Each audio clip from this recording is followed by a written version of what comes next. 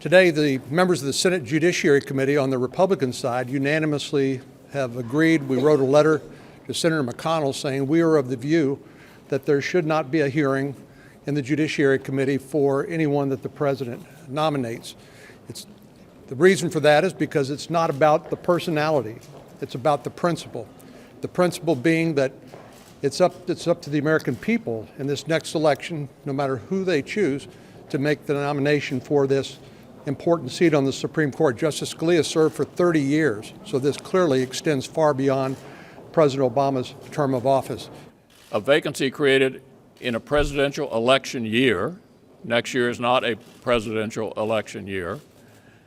This is a unique circumstance, and you'd have to go back to 1888 when Grover Cleveland was president to find the last time a vacancy created in a presidentially elected year was approved by a Senate of a different party. The Constitution very clearly lays out the job the Senate has to do when it comes to filling a Supreme Court vacancy.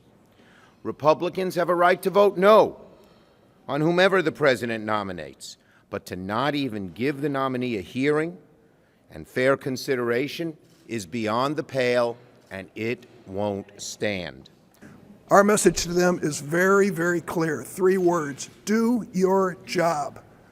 Call this nominee once the president presents this nominee, review their background, have a hearing, ask your questions, and then bring the nominee for a vote. That ought to be the standard. The Constitution requires it. And for Senator McConnell and the Senate Republicans to walk away from this and to buy into the Trump strategy of delay, delay, delay is a further indication of the obstruction that we have faced in this chamber since the Republicans have been in control. This is the worst example.